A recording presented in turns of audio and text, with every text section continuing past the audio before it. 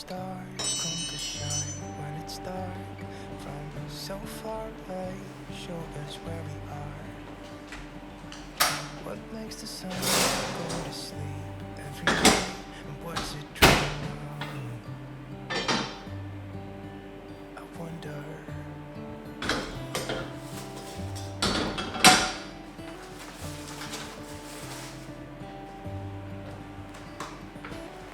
How come the sky sometimes hides behind the clouds? Maybe it's just like me, a little bit scared of night. Hello and welcome to my situatory.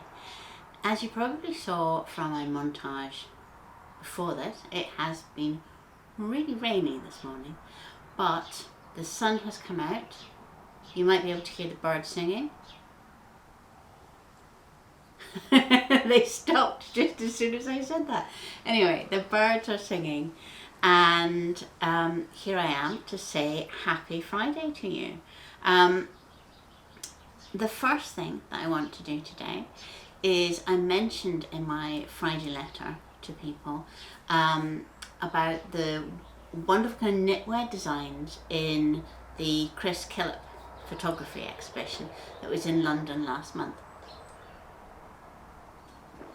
And I said that I had started knitting something inspired by that. So I thought it's much easier to show it on video. If you want to sign up to my Friday letters, I'll put the link underneath here. Anyway, the point was that really knitting has moved in the last 20-30 years from a thing where it was much cheaper and much more economical, more frugal part of daily life to hand knit things, to now where yarn is much more expensive and people value their time more, and it's kind of much more of a special, some would say quite elite thing. And I looked out some photos of my own family from sort of like 1970s, and yes, everybody was in hand knits.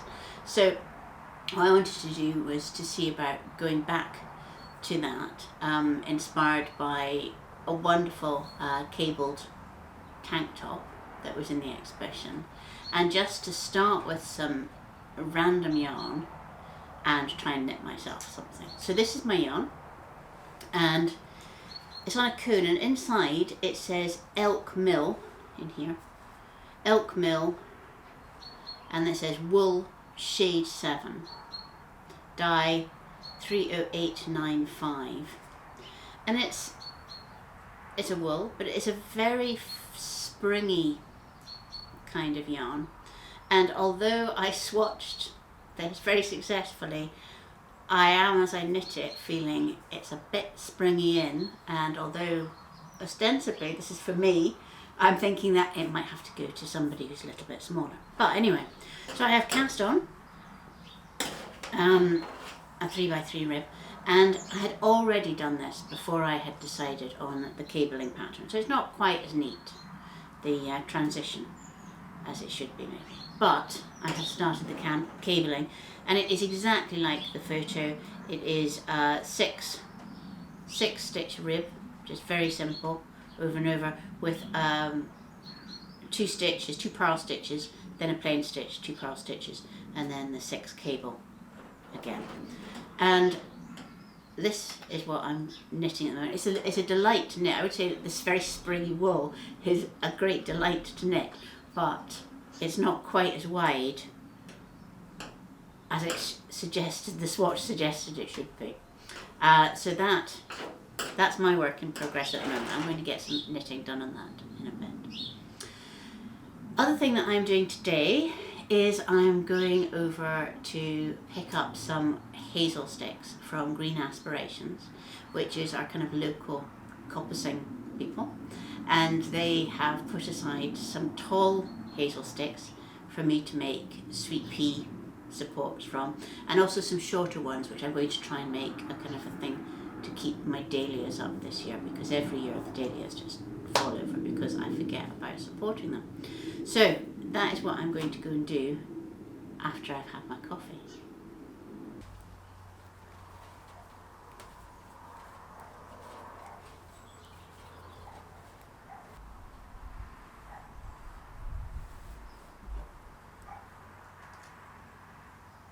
It used to be really difficult to get hazel poles in this area because there just weren't any coppices.